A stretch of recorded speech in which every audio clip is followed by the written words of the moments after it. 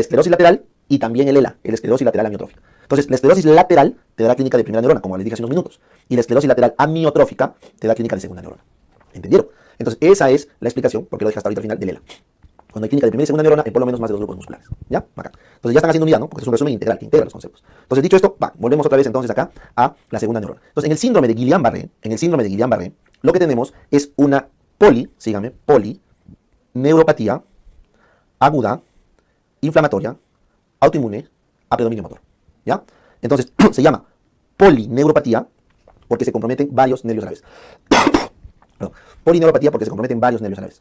¿Ya? Pero concretamente se inflaman las raíces. Entonces se inflama la raíz anterior, motora, y la raíz posterior, sensitiva. Pero se llama predominio motor porque lo que más se lesiona es el componente motor. Lo que más falla es el componente motor. ¿Ya? ¿Puede ser sensitivo? Sí. Porque en la clínica al inicio aparece parestesia. Al inicio. Pero lo que manda es la parálisis en el Guillain-Barré. Luego se llama aguda. ¿Por qué? Porque la instauración del Guillain-Barré no debe superar el mes, los 28 días. O sea, la clínica es de 12 horas a más, pero menor a 28 días en cuanto a su ascenso. No estoy diciendo que se cure en 28 días. Estoy diciendo que la instauración máxima de la clínica no pasa de un mes. Y es una patología inflamatoria, porque se ha demostrado que se activan los macrófagos y desmielinizan porque destruyen las células de Schwann. Entonces, desmielinizante inflamatorio. Y autoinmune, porque la gran mayoría de Guillain-Barré se han asociado a autoanticuerpos contra el gangliósido GM1, el GD1 y el GQ1B. El Guillain-Barré clásico, que es este de acá, que tiene afectación ascendente, se asocia a anticuerpos anti-GM1 y anti-GD1. Y el Guillain-Barré atípico, que es descendente con compromiso ocular, el síndrome de Miller-Fisher, se asocia a anticuerpos GQ1B. ¿Ya?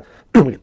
Entonces, ¿cómo sería el diagnóstico de este Guillain-Barré? Fácil, tendría que hacer una biopsia y demostrar la desmielinización. Pero eso no me da, se podría decir, el cuadro completo, porque yo necesito que sea agudo, autoinmune, bla, bla, bla. Entonces, lo que se considera gold estándar para el Guillain-Barré son los criterios diagnósticos de Brighton, ¿ya? Que básicamente son, tiene que haber parálisis, ascendente principalmente, más arreflexia, más una instauración aguda, que habíamos quedado menos de 28 días, ¿no es cierto? En un paciente que adicionalmente tiene alteración del líquido cefalorraquídeo, hay una disociación albúmino-citológica, o sea, suben mucho las proteínas sin subir las células, no hay fiebre, ni cualquier otra enfermedad vasculítica, inflamatoria, infecciosa que explique, ¿correcto? ¿Ya? Y el paciente, como están viendo acá, tiene una cronopatología bien marcada. Entonces, los criterios de Brighton son básicamente, arranca con puede haber una parestesia, como te dije, una parestesia del lumbar, porque lo más frecuente es que arranque en las raíces lumbares, pero luego arranca la parálisis ascendente, que es la famosa marcha adelante. Luego aparece arreflexia. Y el paciente empeora la clínica hasta antes del mes, hasta antes del día 28. A partir de la segunda semana, cuando le hacen estudio de líquido cefalorraquídeo, pueden encontrar disociación albúmino-citológica y no hay una causa que lo explique por otro lado. O sea, no hay fiebre, vasculitis, infección, no hay otra causa. Si cumple esos criterios, tenemos un Guillain-Barré altamente probable. Si le quitamos los criterios de líquido cefalorraquídeo, los criterios de descarte y uno de los de arriba, un probable. Y si le quitamos dos, un sospechoso. Entonces la probabilidad del Guillain-Barré va a depender de cuántos criterios de Brighton se cumplen. ¿Ya? Bien. El tratamiento básicamente está en soporte, en UCI, si es que hay compromiso respiratorio, y se le tiene que dar inmunoglobulina G, la famosa terapia hiperinmune, para bloquear esos autoanticuerpos que se han formado. Si no había esto, plasmaféresis, ¿correcto? Entonces a este paciente le vamos a dar terapia hiperinmune, inmunoglobulina G, y si no, plasmaféresis. ¿Para qué? Para evitar la progresión, para evitar que su mal o el Guillain-Barré agrave y llegue al paro respiratorio. ¿Está bien? La gran mayoría recuperan sin secuelas. Algunos quedan un poco seculados y hay un porcentaje, 30% que puede requerir UCI, y de ellos un 5% que podrían fallecer. ¿Ya? Si el Guillain-Barré recurre, hay que sospechar un síndrome paraneoplásico. ¿Ya? Bacán. Entonces eso es lo que quería que sepan de Guillain-Barré, y con eso resumimos ya la clínica de segunda neurona. Finalmente, vamos a la enfermedad nerviosa de la placa motora. O sea, también hay enfermedad que solo ocurre en la placa motora. Entonces ustedes recuerden, la placa motora, voy a hacer un breve dibujo acá. Entonces llega acá el axón terminal, libera acetilcolina, y acá está el músculo, ¿no es cierto? Y este músculo tiene sus receptores nicotínicos musculares para esta acetilcolina, ¿no es cierto? Ya, pero acá tenemos canales de calcio voltaje dependientes que hacen entrar calcio para liberar el neurotransmisor. Entonces, las enfermedades de placa pueden ser lesiones del axón, o sea, presinápticas, o lesiones musculares postsinápticas. ¿Está bien? Entonces, bajo esta lógica, existe el síndrome de Lamberton, donde se destruye este canal de calcio, existe el botulismo, donde no se puede liberar estas vesículas de acetilcolina, y existe la miastenia gravis, donde se destruye el receptor postsináptico. Entonces, miastenia gravis como enfermedad es postsináptica, Lamberton y botulismo es presináptica. ¿Y por qué es importante eso, muchachos? Porque una enfermedad presináptica no necesariamente es motora. O sea, la enfermedad presináptica puede ser motora, puede ser disautonómica o inclusive sensitiva. En cambio, la postsináptica siempre es motora, porque siempre está comprometido el músculo. Entonces, dicho eso, vamos a resumir estas tres patologías. Entonces, primero que nada, quiero que recuerden que la destrucción del Lamberton, vamos a hablar primero de este Lamberton, abajo es miastenia gravis, ¿correcto? Acá miastenia gravis y acá botulismo. ¿Ya? Entonces, esto que están viendo acá es el dibujo de la sinapsis que les dije. Entonces, en el Lamberton, ¿quién se afectaba? En el Lamberton se ha afectado el canal de calcio, voltaje dependiente presináptico, correcto. En la miastenia, ¿quién se afectaba, profe? En la miastenia se afecta el receptor nicotínico muscular postsináptico. Y en el botulismo, ¿quién se afectaba? La vesícula intracelular que no se puede liberar, correcto. Siguiente, el Lamberton, ¿a qué se debe? El Lamberton, como ven acá este dibujo, se debe a un síndrome paraneoplásico, es un síndrome paraneoplásico de cáncer de pulmón en células de avena. O sea, un tumor de pulmón de células de avena produce los autoanticuerpos que bloquean este receptor. Y la miastenia gravis se asocia a un timoma o a hiperplasia tímica. En la miastenia gravis tenemos un timoma o hiperplasia tímica y ese es el que destruye genera los autoanticuerpos que destruyen el receptor nicotínico muscular. Bien, en cambio en el botulismo lo que tenemos es esto, el Clostridium botulinum, que libera una toxina. El Clostridium botulinum, un anaerobio gram positivo, libera la toxina botulínica. Y la toxina botulínica evita que se exocite la vesícula de acetilcolina. ¿Ya? Esa es la etiología. Cáncer de pulmón, toxina botulínica y timoma o hiperplasia tímica, respectivamente. ¿Ya? Bacán. Ahora, ¿cuál es el grupo etario? Vamos a poner una raya. El cáncer de pulmón suele dar a varones y a mujeres de alrededor de 50 años, de edad media. La toxina botulínica puede ser a cualquier edad, si es que te has intoxicado con alimentos que tenían gran anaerobio. Pero es principalmente sensible los lactantes de 6 meses. ¿Por qué? Porque un lactante de 6 meses recién está haciendo lactancia y todavía no tiene anticuerpos contra la toxina. Tú y yo ya tenemos anticuerpos contra toxina botulínica, porque sabe Dios cuántas veces habremos comido envenenado con toxina, pero a tan baja dosis que no nos ha hecho clínica, pero sí nos ha hecho anticuerpos. ¿Ya? Y finalmente, el timoma es más frecuente en mujeres jóvenes, 30 años, o en varones y mujeres mayores de 50 años, donde el paraneoplásico de la miastenia no es un timoma, sino es un cáncer de pulmón. Entonces, cuando hablo de timoma me refiero a mujer joven, cuando hablo de cáncer de pulmón y miastenia me refiero a más edad. ¿Listo? Bien, ahora vamos a la clínica. Entonces, como en todos es un problema de placa motora, entonces la clínica es similar a la de segunda neurona. Hay flacidez, puede haber fasciculación, o sea, hay clínica de segunda neurona parecida. Entonces, lo que manda es la debilidad muscular. Entonces, en todos vamos a tener debilidad muscular, debilidad muscular, debilidad muscular, en todos. Eso no cambia. Lo que sí deben saber es la forma de manifestación. Entonces, la debilidad muscular en el Lamberito es en músculos extraoculares más miembros inferiores. Lamberito arranca en músculos extraoculares, en la cara, en los ojos, y luego miembros inferiores. Mientras que la miastenia gravis es músculos extraoculares, luego baja a los músculos vulvares, o sea, al par 9 y al 10, y luego baja a los miembros superiores, y luego hace paro respiratorio. O sea, es más descendente la miastenia, ¿ya? Y el botulismo es parecido a la miastenia gravis, pero lo hace muy rápido. El botulismo te hace clínica descendente de pares craneales, pero en menos de 48 horas. Mientras que la miastenia demora semanas. El Lamberito también demora semanas, ¿ya? Entonces, la debilidad es diferente. Miastenia, ojos, descendente, varias semanas. Botulismo, ojos, descendente, en horas. Lamberito, ojos, y luego se saltea a miembros inferiores, varias semanas. Adicionalmente, en el Lamberito y en el botulismo, en estos dos, como son presinápticos, habíamos quedado que hay clínica disautonómica. Entonces hay disautonomía tanto en el botulismo como en el Lamberito porque son presinápticos. Disautonomía. Problemas para, no sé, pues, del parasimpático, ¿ya? Para la retención urinaria, alteración de la visión, etcétera, por acomodación, disautonomías, ¿ya? Producto de que es presináptico. Y finalmente, en el caso de la miastenia gravis, lo que sí deben recordar son los agravantes, ¿ya? Entonces, en la miastenia gravis, voy a poner con asterisco, se ha visto que los aminoglucósidos, correcto, pueden complicar la miastenia gravis, los beta bloqueantes, los derivados del curare, inclusive la gestación, son cuadros, el cansancio, el ejercicio, el calor, son desencadenantes de crisis miasténica. Entonces, de todos esos desencadenantes, el que más les gusta preguntar son los antibióticos, como los aminoglucósidos, los beta bloqueantes y el ejercicio. Son los tres desencadenantes de crisis miasténica que más preguntan. Por eso es que la miastenia tiene una característica. A medida que avanza el día y tú vas haciendo ejercicio, va empeorando. A diferencia del Lamberito, que curiosamente cuando haces más ejercicio mejora, porque estás mandando más señal eléctrica y estás activando más canales de calcio que todavía están viables.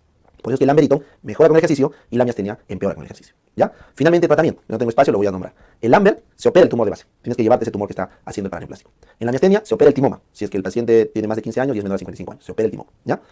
Para los síntomas, si lo que te está faltando es actividad colinérgica, entonces se van a dar inhibidores de la acetilcolinesterasa, pero periféricos, ¿correcto? No centrales. Entonces, el primero que se da es piridostigmina, ¿ya? Entonces, Lambert y miastenia se tratan sintomáticamente con piridostigmina. La neostigmina y fisostigmina no, porque tienen muchos efectos adversos, ¿ya? Sobre todo la fisostigmina. Entonces, piridostigmina. Pero en el Lambert, a la piridostigmina le añaden guanidina, porque la guanidina altera la conductancia del potasio y eso hace que el calcio corra más, ¿ya? Ese es un rollo que no quiero que se tranque. Entonces, Lamberito es piridostigmina, guanidina, y miastenia, piridostigmina, punto, ¿ya?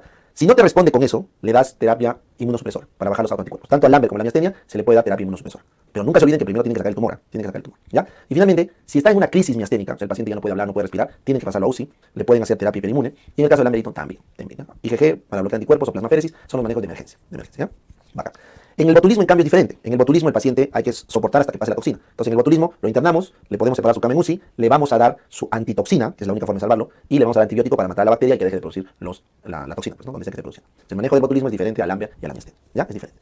Muy bien. Y para terminar esta parte, el diagnóstico de estos síndromes, sobre todo el de la miastenia, es importante porque se hace el test de hidrofonio, ¿ya? Cuando tú quieres diagnosticar una miastenia, haces el test de hidrofonio. Entonces, le da el tensilón, se llama hidrofonio, es un nombre de marca, y es un inhibidor de acetilcolinesterasa muy potente, de muy corta acción. Entonces, le das el hidrofonio, la paciente recupera la movilidad, eso significa que es un problema postsináptico de membrana y simplemente pasa el efecto del fármaco y la paciente otra vez pierde la movilidad. Entonces, cuando tienes eso, entonces estás muy cerca de un síndrome miasténico y lo que te falta es confirmarlo con los autoanticuerpos antinicotínico muscular y o mejor dicho, los autoanticuerpos antirreceptor nicotínico, ojo, antirreceptor nicotínico, y luego puedes pedir los antimusco.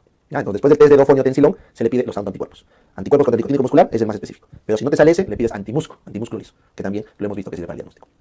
Entonces, miren, la forma como integro el conocimiento acá en enfermedad cerebrovascular me parece que debe ir de la forma que les planteo en la diapositiva. Arriba tienen los territorios vasculares, que eso es clave para responder las preguntas. Tienen que saber qué parte del cerebro es irrigado por qué arteria. Y abajo tienes los 4 cuadros de problemas vasculares. O sea, tienes la isquemia, correcto, pero trombótica.